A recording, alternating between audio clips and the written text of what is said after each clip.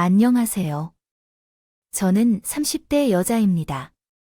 저는 항상 며느리 도리를 강조하던 시어머니가 한 번 나타나셨어요.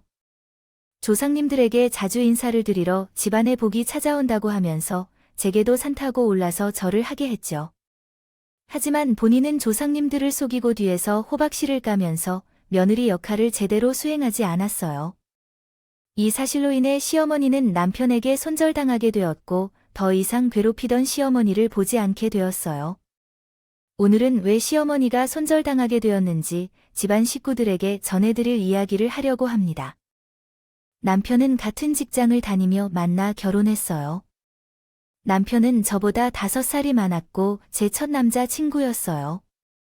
데이트는 회사 근처에서 밥을 먹거나 영화를 보는 정도였지만 작은 다툼도 없이 사계절에 2번이나 함께한 적이 없죠.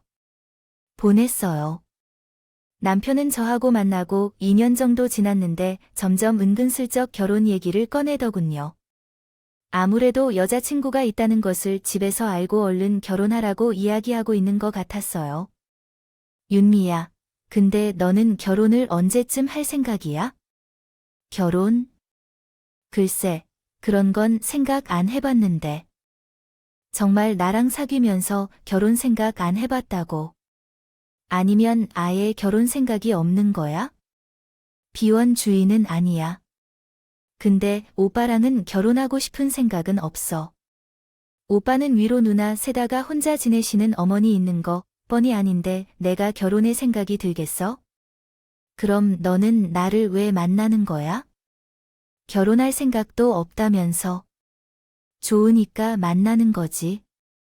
근데 좋다고 꼭 결혼해야 되는 건 아니잖아. 우리 그냥 이대로 연애만 하면서 지내자. 누가 보면 내가 결혼이 급한 남자 가지고 노는 여자로 보일 수도 있지만 집안에 슬퍼한 여자. 내소 나를 기다리고 있는데 가 그 틈을 비집고 들어가려고 하겠어? 그리고 나는 형제 없이 외동이라서 그렇게 식구들 많은 집안에서 이쁨 받기는커녕 적응도 잘 못할 것 같아. 혹시라도 결혼할 상대를 찾는 거면 나랑 헤어지고 그 자리에 잘 맞는 다른 여자를 만나는 게 나을 것 같아. 아마도 오빠의 가족 얘기를 들으면 여자들이 학을 떼고 도망가겠지만 저는 아예 결혼 생각이 없는 건 아니었지만 당시 남편이랑은 은 결혼하고 싶지 않아서 대놓고 너랑은 결혼할 생각 없다. 고 바로 선을 껐죠. 남편은 누가 봐도 다정하고 좋은 남편감이 있는데 틀림이 없었지만 남편 집안 구성원을 보면 누구든지 웨딩드레스를 입을 생각이 없어졌을 거예요. 아무리 결혼 생활이 불구덩이로 빠지는 거라고 하지만 여자 넷이 있는 집안에 발을 들이 엄두가 나지 않았어요. 남편이 결혼 얘기를 꺼내고 제가 단호하게 선을 긋고 나서 1달 정도 뜀했어요. 남편이랑 데이트하러 식당에 갔는데 그 자리에서 시어머니를 처음 만나게 됐어요. 우리 아들 통해서 이야기를 들었어요. 근데 뭔가 오해하는 것 같아서 내가 직접 얘기해보고 싶어서 나왔어요. 아내, 안녕하세요. 근데 무슨 이야기를 하고 싶다는 걸까요? 우리 집안에 대해서 말이에요. 우리 집안이 결혼 생활하기 그리 어려운 집안은 아니에요. 딱 10분만 내줘요. 내가 아가씨 오해를 풀어주고 싶거든. 사실 시어머니 얼굴을 봤을 때 2년 연애도 오늘로서 끝이구나 생각이 들었어요. 시어머니한테 뿜어져 나오는 기가 장난이 아니었거든요. 그래도 어른이 직접 나와서 저에게 하고 싶은 말이 있으니 10분만 시간 내달라고 하니 일단 앉아서 틀어보기로 했죠. 저는 20살에 결혼했어요.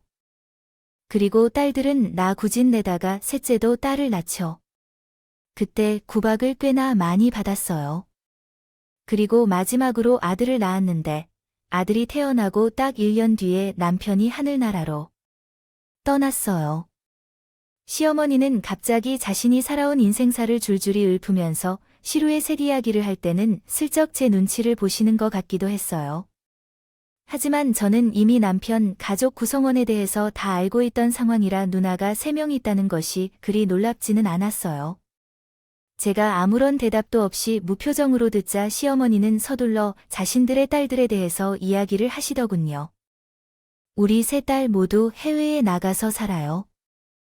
각자 1년에 한 번씩 한국에 들어오는데 설날에는 큰딸, 추석엔 둘째, 연말에 셋째가 들어와서 잠깐 있다가 들어가요. 그러니 결혼해도 신우 살 리는 전혀 없을 거예요. 아마 1년에 한 번 식사나 할까 말까일 거예요. 아네, 그러시군요. 따님들이 해외에 무신이 어머니가 가 혼자 많이 적적하지 있어요. 나는 전혀 외롭지 않아요. 지금 샌드위치집 프랜차이즈를 하고 있어서 일하느라 바쁘거든요. 거기서 오래 일한 사람들이랑 친하게 지내고 있기도 하고, 게다가 우리 집은 큰 집도 아니라서 제사나 차례도 없고, 명절에도 그냥 식사나 하는 정도로 끝날 거예요.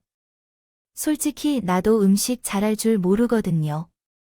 그리고 내가 시집살이를 꽤나 호되게 한 편이라서 내 며느리에게는 전혀 터치 안 하고 싶기도 하고요. 시어머니는 제가 궁금해할 만한 것들만 쏙쏙 골라서 이야기를 해주셨어요. 그리고 방금 말했듯이 내가 작은 가게를 하나 운영하고 있어요.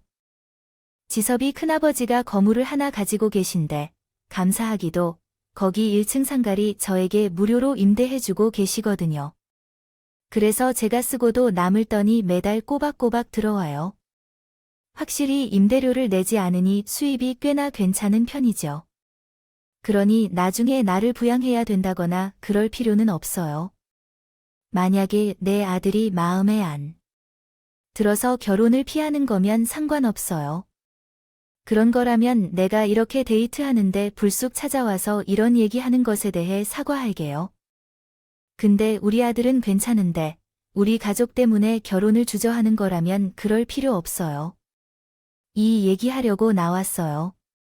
시어머니는 본인 할 말이 다 마치고 물 한 모금을 들이키시고 그리고 자기 시계를 한번 힐끗 쳐다보셨다. 약속 10분 지났어요. 그러니 저는 이만 갈게요. 둘이 맛있는 밥 먹고 데이트 잘하고 들어가요. 그리고 시어머니는 가방에서 5만 원짜리 2장을 꺼내서 테이블 위에 올려놓고 은시간 뺏은 갑이라며 시간 내줘서 고맙다 고 말하고는 쿨하게 나가셨어요. 이런저런 이상한 이야기 대신 딱 저에게 필요한 말들만 하시고 주저없이 의자에서 일어나 하시는 시어머니를 보고 머릿속이 혼란스러워지기 시작했어요. 진짜 잠깐 뵌 분이었지만 저한테 말한 것처럼 시집살이는 그냥 남편에게 아침밥 안 치는 것 같지도 않았거든요. 게다가 신들도 자주 보일 일이 없다고 미리 말씀도 해주시니 그간 남편과의 결혼에 걸린 돌이라 생각했던 것들이 다 없어지는 듯한 느낌이 들기까지 했어요. 그리고 한 달 뒤에 남편이 프로포즈를 했고 저는 그 프로포즈를 수락하게 됐어요. 결혼을 결정하고 준비하는 동안 힘든 건 없었어요. 정말 시어머니 말씀대로 딱히 저를 터치하시진 않더군요. 다만 특이한 게 하나 있었는데 결혼하기 전부터 시어머니와 함께 성묘를 하러 갔다는 점입니다. 바로 오래전 돌아가신 시아버지에게 인사를 드리기 위해서 말이에요. 처음 시아버지 상소에 간다고 했을 때 사실 조금 무서운 마음도 있었어요. 간다는 곳은 가족들의 묘지가 모여 있는 산이었는데 주변에 다른 사람들의 산이나 묘지들 많이 있다고 전해 들었거든요. 남편 차를 타고 도착해보니 제가 생각했던 깔끔한 공동묘지 느낌은 아니었어요. 시골이라 길 구불구불하게 되어 있고 그냥 야산 같은 느낌이 강하게 들었죠. 여기가 우리 집안 선산이요. 여기 우리 아버지뿐만 아니라 우리 증조 할머니도 계셔. 증조 할머니가 나를 엄청 예뻐하셨는데 내가 결혼한다고 여자 데리고 온 거 하시면 참 좋아하시겠다.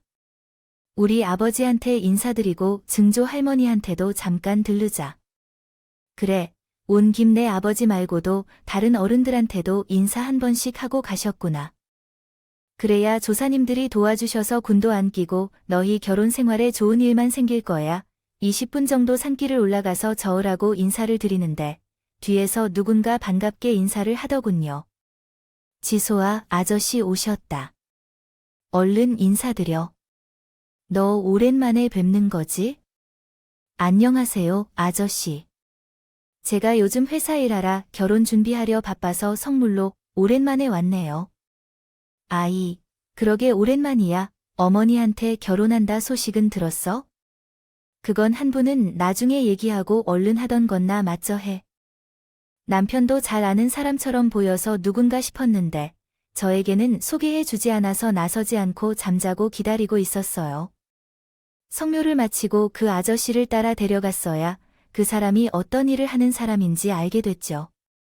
한 귀퉁이 구석에 작은 집이 하나 있었는데 모두가 익숙한 듯 그 집으로 들어갔어요. 그곳은 아저씨가 지내는 곳이었는데 남편의 가족들 산소 아니라 주변에 있는 다른 집안의 선사들도 같이 관리해 주시는 묘의고사리 지섭이 아내 될 사람이에요. 아까는 경황이 없어서 제대로 소개도 못 시켜줬네. 아가야, 얼른 정중하게 인사드려. 우리 조상님들 산수 관리해 주시는 분이란다. 시어머니가 인사를 드리라고 하길래 저는 정중하게 고개를 숙이고 인사를 드렸어요. 근데 묘의 어르신은 이미 저를 잘 알고 있는 것처럼 말씀하셨어요. 예, 반가워요. 예비 시어머니한테 얘기 많이 들었어요. 두 사람이 같은 회사 다니다가 눈이 맞아서 결혼까지 하게 됐다고요. 두 사람 연애 스토리 좀 듣고 싶은데 얘기해 줄 수 있어요?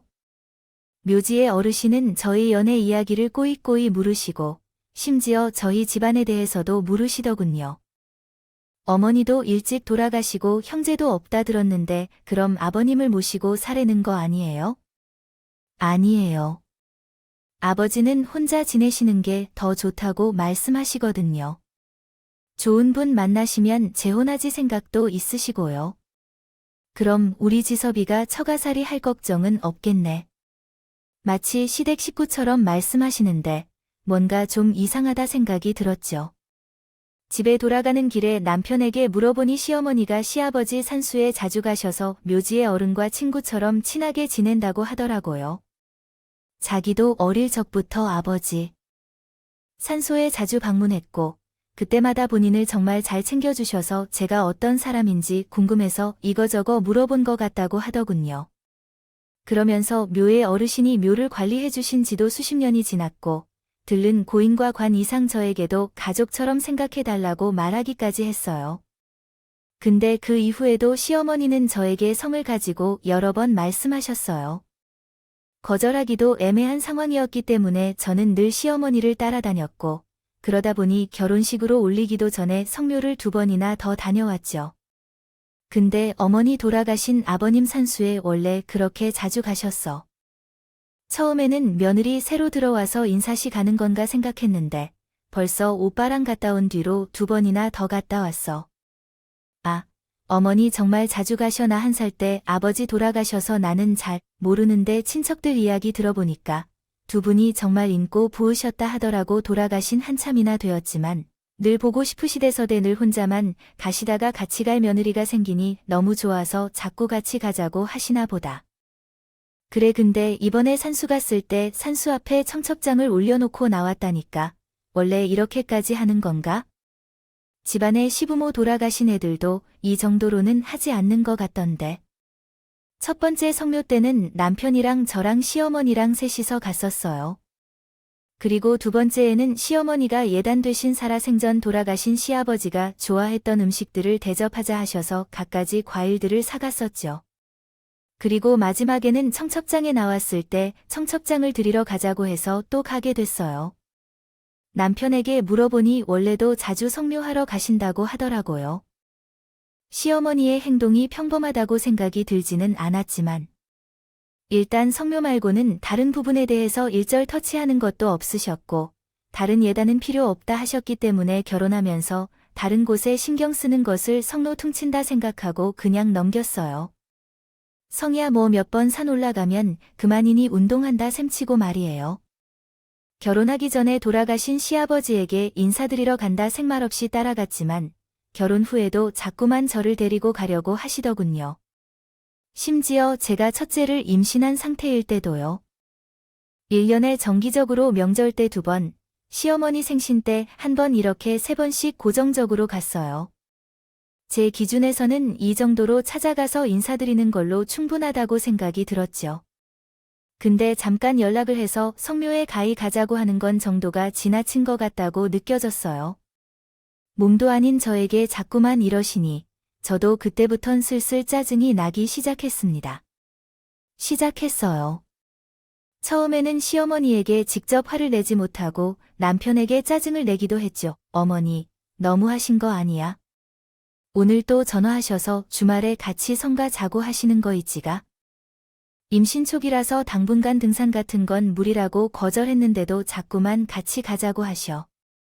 산부인과에서 초음파 사진 받아온 거 아버님 산수 앞에 놓아두고 오자고 말이야. 어머니가 또 그러셨어. 미안해. 엄마가 누나들도 다 외국에 있고 나는 아들이라 무뚝뚝하고 당신이 좋아서 자꾸 같이 가자고 하시는 걸 거야. 또 손주도 생겼으니 돌아가신 아버지한테 보여주고 싶은 마음도 있고 말이야. 그럼 나보고 참고이 모모를 성교에 같이 다녀오라 소리야. 아니지. 지금은 임신 초기라서 엄청 조심해야 되잖아. 내가 어머니한테는 상황 잘 말할게.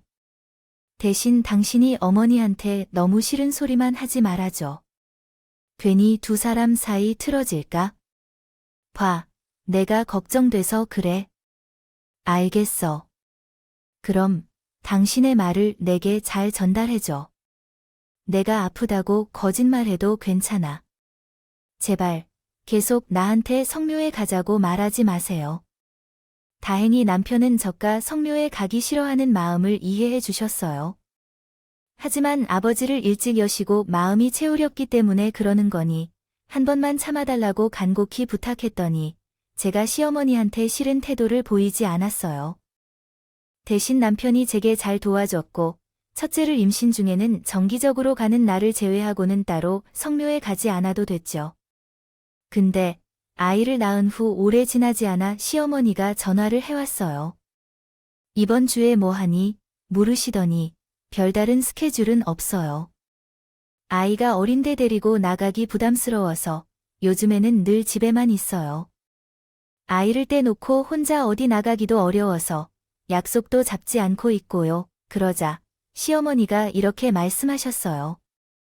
그래, 그럼 이번 주 주말에 같이 성묘에 가자. 아이와 함께. 데리고내 시아버지한테 손주 한번 보여드려야 되지 않겠어요? 애를 데리고 성례 가자고요. 어머니, 지금 일이에요. 한이라고 지금 개월 최고 한 고 온다고 하는데 이런 날씨에 가난해 데리고 어떻게 성묘를 가나요? 집 앞에만 잠깐 데리고 나가도 감기 걸리는 날씨예요. 따뜻하게 입혀서 데려가면 되지 뭘 그러니.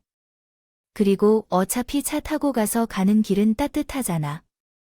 산 올라가는 20분 정도만 밖에 있는 건데 그 사이에 감기가 왜 걸리니?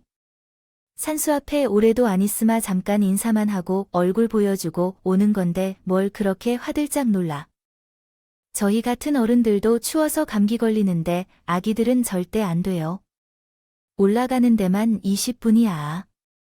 그 앞에서 잠깐 입고 내려오는 시간까지 더하면 적어도 1시간은 밖에 있어야 되는데 그럼 아이 진짜 큰일 나요. 이제 막 태어난 아이 데리고 가기는 어려울 것 같아요. 나중에 아이가 좀 더 크면 가서 인서시킬게요. 이번 주에는요. 어머니, 혼자 다녀오세요. 뭐, 너는 내 시아버지가 불쌍하지도 않아. 지금 살아있으면 누구보다도 손지를 아끼고 사랑해줄 사람인데 날씨에게 추우면 얼마나 춥다고 그래? 북극에 사는 아기들은 이런 날씨에 밖에 잘만 돌아다닌다. 시아버지 만나러 가기 귀찮아서 일부러 핑계대는 건 내가 모를 것 같아. 그동안은 몸이 안 좋아 못 간다고 하더니 이젠 애 나와서 오랜만에 좀 같이 가자고 했는데 이젠 속에서 나온 아이 핑계를 대네. 참나. 새해 인사도 하고 손주 얼굴도 보여드리면 좀 좋아. 넌 어쩜 애가 그렇게 예의가 없어? 아무리 죽었다고 해도 내 시아버지 연말이고 연면 인사를 가는 게 당연한 거지. 그때 어머니는 와서 파랑고라고는 성묘밖에 없지 않냐? 제사 음식을 시키길 했냐? 그 흔한 김장을 시키길 했냐? 슈퍼에서 포 하나랑 소주 한 병 사들고 가면 끝인데 너처럼 팔자 좋은 며느리가 어디 있냐면서 고작 운전해 잠깐. 다녀오는 것도 못하냐고 끊임없이 저에게 수화하시더니 정말 죄송해요. 어머니가 뭐라고 말씀하시던 간에 아이는 못 데려갈 것 같아요. 그럼 너라도 와나 아이 사진 하나 들고 말이야. 그것도 싫다고 하면 내가 너희 집에 가서 애 데리고 산소에 갔다 오만해. 어머니, 저는 할 만큼 했어요. 솔직히 보통 성명은 명절에나 가는 거잖아요. 근데 저는 결혼 전에 청첩장까지 들고 갔었고요. 아이 갖기 전에도 수지로 어머니가 불안해서 함께 다녀왔잖아요. 그리고 제가 언제 아예 안 간다고 했나요? 명절이나 어머니 생신 때 함께 가잖아요. 이 정도면 돌아가신 아버님한테 할 만큼 한 것 같아요. 이 이상으로는 바라지 마세요. 얼마 전에 태어난 갓난 아이를 찬바람이 쌩쌩 부는 선산에 데리고 가자고 하시는 시어머니에게 처음엔 저도 좋게 말씀드렸어요. 아이가 어려서 감기에 걸릴 수 있다고 중에 날이 풀리면 가자고 말이에요. 근데 시어머니는 제가 가기 귀찮은데 아이 핑계를 댄다면서 갑자기 고래고래 소리를 지르시고 자꾸만 억지를 부리시는 시어머니에게 질려버린 전인 난 절대 안 가겠다고 소리 질러버리고는 전화를 끊어버렸어요. 저보다 결혼을 몇 년 더 일찍 한 친구들보다 제가 더 성을 많이 갔다 온 것 같았어요. 그땐 저도 성질이 화라서 시어머니께 큰 소리를 내면서 더 이상 따로 성에 가자고 불러내지 말라고 말을 하고는 전화를 끊어버렸죠. 돌아가신 시아버지도 손주가 한겨울에 본인 만나러 갔다가 독이라도 걸려 고생하는 걸 원치 않으실 것 같았고요. 근데 얼마 뒤 시어머니가 남편에게 전화를 했다고 하더군요. 저번에 어머니랑 아이 데리고 성하는 것 때문에 크게 싸웠잖아. 그거 이제 신경 안 써도 괜찮아. 이번 겨울에는 더 이상 어머니가 당신한테 아무 말씀 안 하시고요. 당신이 그걸 어떻게 알아? 어제 어머니한테 전화가 왔거든. 당신이 안 간다고 하니 나보고 아이 데리고 성문 가자고 하셔서 그냥 사진 보내드렸어. 간하게 집 밖에 데리고 나가면 안 된다고 사진 프린트해서 아버지 산대게도 하더라고 말이야. 그랬더니 살짝 빚으신 것 같긴 한데 여튼 이번에 애 사진 가지고 혼자 가신대. 그래, 그거 듣던 정 반가운 소리다. 저번에 하도 화를 내셔서 어떻게든 아이랑 성문 가시려나 했는데 당신 말대로 혼자 사진을 가지고 가면 되는 거였네. 저는 남편에게 잘 해결됐다고 칭찬해줬어요. 근데 어머니가 왜 그렇게 성묘에 집착하는지 궁금해졌어요. 왠지 제가 알지 못하는 또 다른 이유가 있을 것 같다 생각이 들었어요. 게다가 우리 아이 사진을 가지고 갔다길래 무슨 행동을 할지 궁금하기도 했고요. 그래서 시어머니가 성묘를 간다던 주말에 친정 엄마에게 잠깐 아이를 맡기고 저 혼자 산소에 모래가 보게 됐죠. 그렇게 시아버지 산소가 있는 산에 도착해 보니 주차장에 시어머니 차가 주차되어 있었어요. 그리고 혼자 조용히 산을 올라가 봤는데 시아버지 묘 앞에 시어머니는 계시지 않았고 아이 사진도 놓여 있지 않았어요. 분명히 저는 어머니 차를 봤기 때문에 어디에 계신가 한참을 두리번거렸지만 어머니는 보이지 않았습니다. 그리고 저는 다시 산을 내려왔어요. 그날 이후로 저는 시아버지 선수의 발길을 끊게 됐어요. 제가 자주 가봐야 좋을 게 없다고 생각했거든요. 그리고 남편에게 다시 한번 제 의사를 분명히 말했고 남편도 알겠다. 며 더 이상 성명하자고 어머니가 저에게 연락하지 않게 말하겠다고 하더군요. 그리고 그대로 정말 시어머니에게 성묘 관련해서 먼저 연락 온 적이 없었어요. 남편이 제대로 말을 했구나 싶었는데 2년 뒤 둘째를 갖게 됐을 때부터 또 시어머니에게 연락이 오기 시작하더군요. 저는 유산의 위험이 있기 때문에 갈 수 없다고 말씀드렸죠. 그랬더니 제가 만삭일 때쯤 또 전화를 하셔서 성묘 같이 가자고 말씀하시길래 저도 성질이 폭발했고 끝까지 안 간다고 빡빡 우기고 전화를 끊었어요. 그리고 그날 남편에게 이 이야기를 전했는데 남편의 말을 듣고 정말 당황하게 됐답니다. 이번에 시어머니가 연락해서 가자고 했던 성묘는 어머니와 둘이서만 가는 게 아니라 시댁 어르신들이 다 모이는 날이었던 겁니다. 임신을 핑계로 빠지기도 참 애매한 자리여서 결국 저는 어쩔 수 없이 만삭인 몸으로 성명에 갈 수밖에 없었어요. 가서 봤더니 결혼식 때 뵙고 뵌 적이 없는 먼 친척 어른들도 다 모여 계시더군요. 다들 저를 보시고는 만삭이라 힘들 텐데 어떻게 왔냐, 이 몸으로. 조사님들에게 인사하러 왔으니 올해는 복 많이 받을 거라면서 좋은 말씀을 많이 해주셨죠. 근데 주차장에서 오랜만에 뵌 시어머니는 제가 하는 인사는 받지도 않으시고 계속 저만 노려보시고 계시더군요. 예전 같았으면 신경이 많이 쓰겠지만 저 역시 시어머니를 몇 년 겪고 본 터라 시어머니 행동을 무시하고 다른 어른들과 웃으면서 안부 인사를 나눴어요. 겨우 무거운 배를 붙잡고 힘들게 산으로 올라가서 사람들이 풀을 깎는 걸 옆에서 지켜보는데 저 멀리서 시어머니가 자꾸만 저를 부려먹으려고 하셨어요. 예, 아가야, 들땀 흘리시면 손수건하고 물 좀 가져다 드리고 거기 멀뚱히 서서 뭐 하는 거야? 저는 어머니가 저에게 시킨 일들을 다시 남편에게 하라고 말을 했고 남편이 옆에서 허들의 일을 도맡아서 하면서 중간에서 저와 시어머니가 싸우지 않게 막아줬어요. 보다 못한 주변의 시댁 어른들도 만삭의 임산부는 쉬게 두라고 말을 해도 시어머니도 계속 멈추지 않고 계속해서 저를 부르면서 잡다것들을 시키려고 하셨죠. 다행히 시댁에서 최고 어른이신 큰 아버님이 저보고 아무것도 하지 말고 그늘에서 쉬고 있으라고 해서 저는 귀퉁이 어에서 벌초를 다 할 때까지 눈치 안 보고 쉴 수 있었어요. 주변 정리를 다 마치고 다들 절을 한 번씩 하게 됐어요. 남편 차례가 왔고 저는 만삭으로 절을 하긴 어려울 것 같아 우물쭈물하고 있는데 다른 어른들은 힘들게 절하지 말라고 이 몸으로 여기에 온 것만 해도 조사님들이 좋아하실 거니까 무리하지 말라고 말리시고 그래서 남편만 절을 2번 하게 됐어요.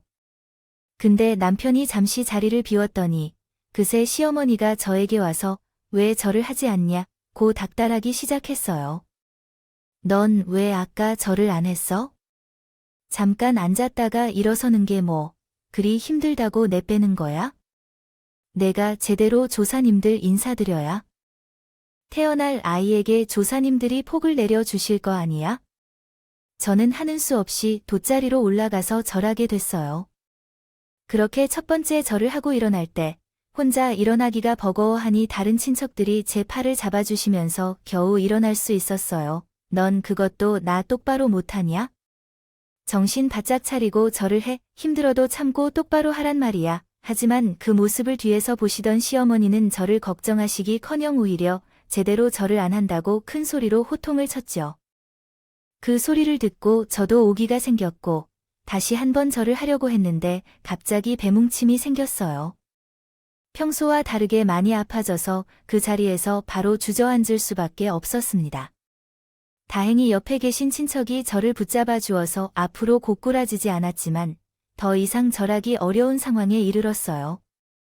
하는 수 없이 돗자리 밖으로 나와서 큰 돌에 기대 앉아 쉬고 있는데 갑자기 시어머니가 저에게 성큼성큼 다가오시더니 제 뺨을 세게 올리시더니 뭐 배우고 고절년이라 절하는 예법도 여자가 절을 2번만 하고 나오면 어쩌자거야. 얼른 다시 가서 나머지 2번도 하고 오지 못해. 어찌나 세게 맞았는지 뺨이 얼얼하고 입술이 터져서 입안에서 시큼한 맛이 나는 게 느껴졌어요. 시어머니는 랑간 그동안 저에게 쌓인 것들을 그 자리에서 다 쏟아내더군요. 임신한 게 리냐? 제대님도 드리고 절 2번 더 하는 게 1분도 안 걸리는데 넌 그걸 못 참니? 내가 이렇게 참을성이 없으니 공부를 조금 하다 어렵고 힘들면 포기해서 너 고조인 거 아니겠어? 애 아타가 힘들면 포기하고 아기 안 나올 거야. 아픈 척 하지 말고 빨리 다시 가서 마저 절해라. 얼른, 제가 아픈 척을 하다뇨? 지금 만삭으로 시간 동안 차 타고 와서 성묘하러 왔어요. 그리고 여기 산이 좀 가파른가를 배로 참고 올라온 거예요. 저 평소에는 이런 배뭉침 거의 없어요. 오늘 너무 무리하고 피곤해서 몸이 안 좋아서 이런 건데 이런 일로 뺨을 때리지 않요? 괜찮냐고 먼저 물어봐야 되는 거 아닌가요? 이러다가 뱃속의 아이 잘못되면 어쩌라 그러세요? 그 뱃속의 아이는 조상들이 지켜주시는 거 몰라. 아픈 척 하지 말고 얼른 일어나서 다시 절하고 와. 지금 절 2번 더 안 하면 오히려 조사님들이 노하셔서 아이 앞날이 안 좋다. 얼른 배가 아프다고요. 아이한테 문제 생길까 봐서 남은 절 2번은 못 하겠어요. 시끄러워. 너만 해, 나 봤어. 난 자그마치 3이나 나왔어. 그거 좀 아프다고. 문제 안 생겨. 그리고 저기만 하지 말고 사람들이랑 같이 가서 증조부묘에도 절하고 여기 선 사람 바퀴 싹 돌아라. 저는 아프다고 소리를 질러댔지만 시어머니는 눈도 깜빡하지 않으시면서 깨병 그만 부리라고 오히려 소리를 고래고래 지으셨어요. 옆에서 다른 시댁 어른들이 말려봤지만 소용이 없었죠. 그때 남편이 화장실에 갔다가 다시 돌아와서 이익 환경을 보게 된 것입니다. 이게 대체 무슨 일이에요? 2 사람 소리 지르면서 싸우는 게 저 멀리까지 다 들려요. 저 고등학교밖에 안 나온 무식한 거 내가 가르치고 있었다. 예법이라고 하나도 모르지 않아 대체 저 사람이 뭔 잘못을 했다고 이러시는 거예요? 여자는 절에 4번 해야 되는 건데만 하고 그만둬. 내가 조상님들이 하시니 절 2번 더 하라고 했더니 아프다고 핑계를 대면서 저러고 있잖냐. 이런 기본적인 예법은 대학교를 안 나와도 알아야 되는 거 아니니? 쟤네 부모도 대학 안 나왔지. 그러니 딸한테 이런 것도 제대로 교육 안 시키고 시집 보냈지. 남편은 상황을 정확히 파악하려고 눈 아래 이리저리 렸어요. 그때 한를 잡아주고 계시던 시댁어른 한 분이 남편에게 다가가서 귓속 말을 했죠. 그랬더니 남편 눈이 둥그레지며 시어머니께 큰 소리를 냈어요. 엄마, 눈에 저게 꾀병럼 보이세요? 저 사람 만삭이라 몸간 오기도 힘들어요. 근데 한참을 차 타고 여기까지 와서 힘든 산길 오르느라 이미 몸에 물이 많이 갔다고요. 절 내버라는 걸 몰라 그랬겠어요. 이야기 들어보니 갑자기 배가 아파서 저하다 넘어질 뻔했다는데 상황 다 지켜보신 조사님들도 이해해 주실 거예요. 제대로 인사도 안 했는데 뭘 이해해 주냐. 오히려 예의 없다고 화내실 게 분명하지. 그가 내가 성매 오자고 해도 싫다고 늘 발뺌는데 엄마 억지 좀 그만 부리세요. 이러다 아이 잘못되면 어쩌라 그러시는 거예요? 우리 초기에 잘못 뻔했던 거 잊으셨어요. 그래서 그 뒤로 엄청 조심하고 있단 말이에요. 다행히 남편은 시댁 어른들의 말을 듣고 제 편을 들어줬어요. 게다가 주변에 있던 다른 시댁 사람들도 모두 시어머니에게 그만 좀 하라고 말을 했죠.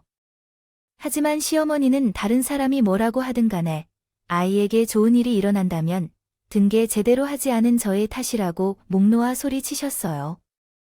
남편과 시어머니가 싸우는 소리는 그칠 줄 모르고 점점 더 커졌고 이내 시댁 사람들 전체가 우르르 몰려들었어요. 그때 갑자기 배가 너무 아파지고 결국 다리에 힘이 풀릴 지경이 됐고 남산만한 배를 붙잡고 주저앉을 수밖에 없었습니다. 아이고, 이게 뭐야? 큰일 났네. 큰일 났어. 이러다 정말 뱃속에 아이 문제 생기겠다. 얼른 병원에 가야 돼. 여기서 걸어 내려갈 수 있겠니? 아니요. 저 더 이상 서 있기도 힘들어요. 걸어서 못 내려갈 것 같아요. 배가 너무 아파요. 그래. 그럼 얼른 119를 불러야겠다.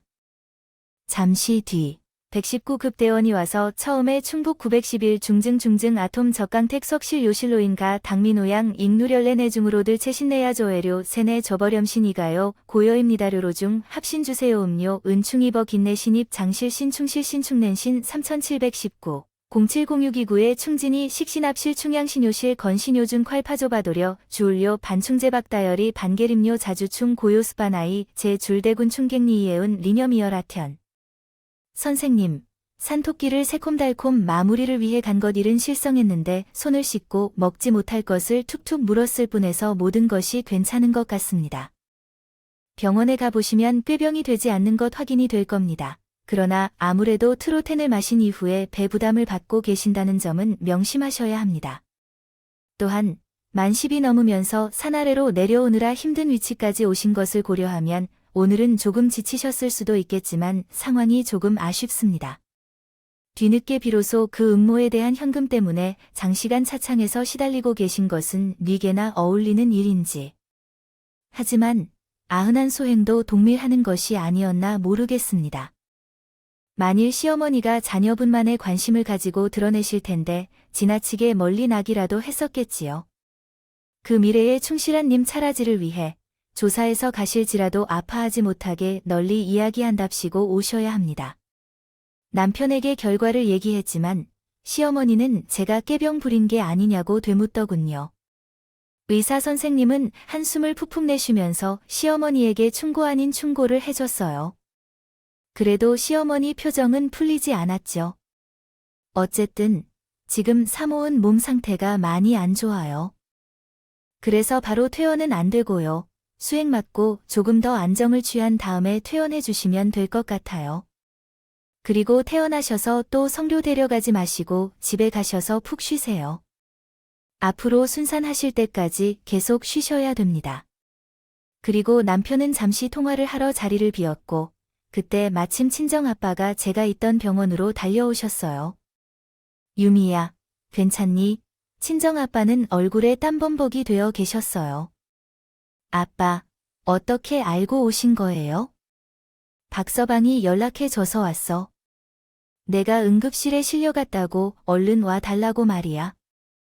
아무래도 내가 옆에 있어야 요민이가 안정을 취할 수 있을 것 같다고 그래. 상태는 어떤 거야?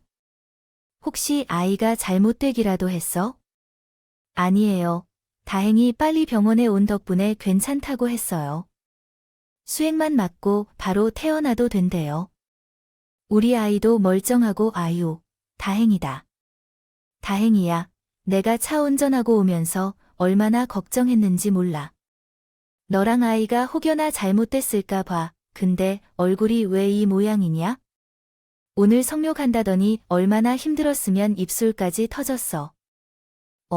그러니까 왜 이 몸을 하고 성묘를 갔어? 아이 낳고 가도 될 판인데. 친정아빠는 집에서 푹 쉬고 있지. 왜 밖으로 나가서 이 사다리냐면서 결국 눈시울을 키시군. 그리곤 제 손을 꼭 잡아주셨죠. 근데 그 모습을 조용히 옆에서 보고 있던 시어머니가 황당한 소리를 짓거리는 겁니다. 성묘가 힘들면 얼마나 힘들다고 입술이 터지겠어요. 그 입술, 제가 터트린 겁니다. 사돈이 제 딸라 입술을 이 지경으로 만드셨다고. 그게 대체 무슨 말씀이세요? 집에서 예절 교육을 제대로 못 받아서 성묘하는데 조사님들 테 크게 실수하길 제가 뺨만 올렸어요. 진정, 엄마가 일찍 돌아가셔서 시댁에서 어떻게 해야 되는지 제대로 못 배운 것도 봐주는데 한계가 있더군요. 그간 결혼하고 한 번도 마음에 든 적이 없었어요. 앞으로는 제가 결혼 전에 제대로 못 배운 거 제가 하나씩 다시 가르치려고 합니다. 제 딸이 예의가 없다니요? 엄마가 일찍 돌아가셔서 제가 어디 가서 그런 소리 안 듣게 하려고 아주 예의 바르게 잘 키웠습니다. 잘 키우셨다고 하나밖에 없는 외동태도 안 보내고 고로 학벌 마무리하고 공장에 취킨 거면 잘 키웠다고 하긴 어렵지 않나요? 저 같았으면 공부하기 싫다는 애 억지로 책상 앞에 앉혀서 대학교까지 보냈을 겁니다. 아이가 대학교를 굳이 들어가고 싶지 않다고 하는데 억지로 보낼 필요가 있을까요?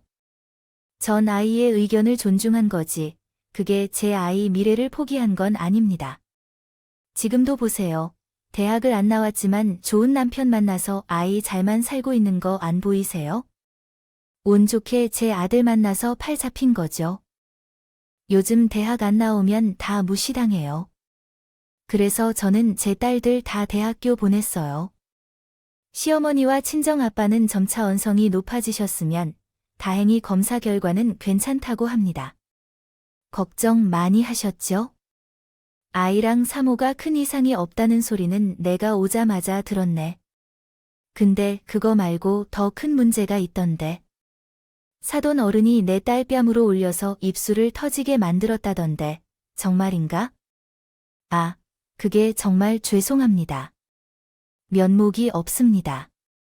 장인은 어머니가 오해가 있으셔서 크게 실수로 하신 거예요. 같습니다. 대체 자네는 두 사람이 그 정도로 사이가 나빠지는 동안 뭐 하고 있었어? 며느리랑 시어머니 사이에서 제일 중요한 역할이 아들이라는 거 모르나? 자네가 제대로 균형을 못 맞추니까 이 사단이 난 거 아니야? 나는 내 딸이 시댁에서 이런 수모를 겪는지 전혀 몰랐네. 나한테는 시어머니가 늘 엄마처럼 잘해준다고만 말했는데 일부러 내가 걱정할까봐 그렇게 말했던 모양일세. 죄송합니다. 이 사람 힘들지 않도록 제가 앞으로 더 노력하도록 하겠습니다. 놓여 푸세요, 장인어른. 내가 뭐가 죄송하다고 고개 숙이면서 사과를 하니 엄마 진짜 조용히 좀 하세요. 그냥 가만히 계시지 왜 이상한 소리를 하셔서 이렇게 온 거예요? 이 사람 자기 친정 가면 시댁에서 정말 잘해준다고 늘 이야기했단 말이에요.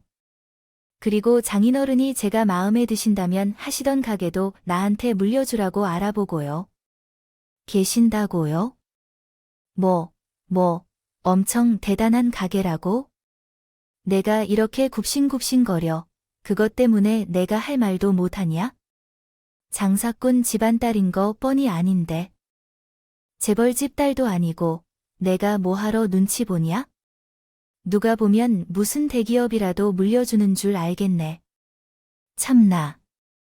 어머니, 제가 별 볼 일 없는 장사꾼 딸이면 그럼 남편은 어떤 집안 아들이길 그래요? 뭐가 그렇게 대단한데요? 묘직이 집안 아들이 그렇게 대단한 집안이었다. 왜 저희 집안에 대해 함부로 말씀하시는 거예요? 어머니도 그리 떳떳하신 입장은 아니잖아요. 참다. 저는 제가 알고 있던 비밀을 내질러 버렸어요.